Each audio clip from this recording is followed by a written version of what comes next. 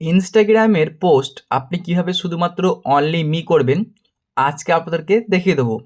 মানে শুধুমাত্র আপনি ছাড়া আর কেউ দেখতে পাবে না, সেটাকে বলা হয় অনলি মি।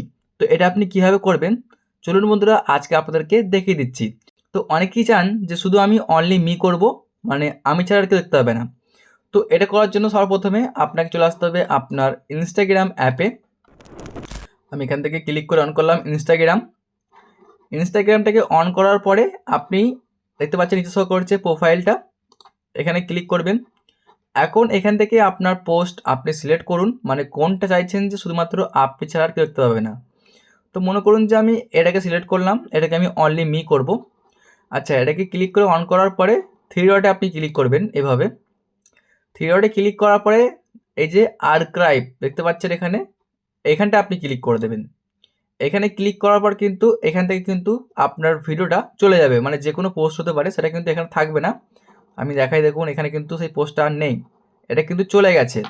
তো এখন এটাকে আপনি আবারও দেখার জন্য কি করতে হবে, ফার্স্ট অফ অল তো আপনি এখানে হোমে চলে আসুন। মনে করুন যে সেই পোস্টটা আপনি আবারও দেখবেন, তার জন্য আপনি আবারও প্রোফাইল অপশনে ক্লিক করবেন। তারপরে দেখুন থ্রি ডট, এই যে এখানে ক্লিক করবেন।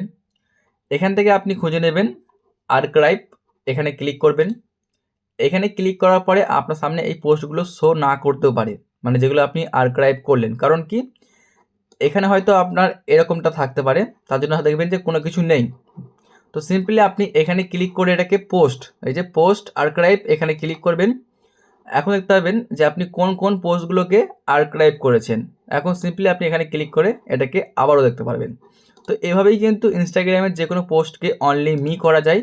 ঠিক আছে বন্ধুরা, এছাড়া কিন্তু আর কোনো অন্য উপায় নেই। তো আপনারা এভাবেই কিন্তু যে কোনো পোস্টকে অনলি মি করতে পারবেন। ভিডিওটি ভালো লেগে থাকলে একটা লাইক করুন, চ্যানেলটিকে সাবস্ক্রাইব করে রাখুন এরকমই আরও নতুন নতুন ভিডিওগুলো সবার আগে দেখার জন্য।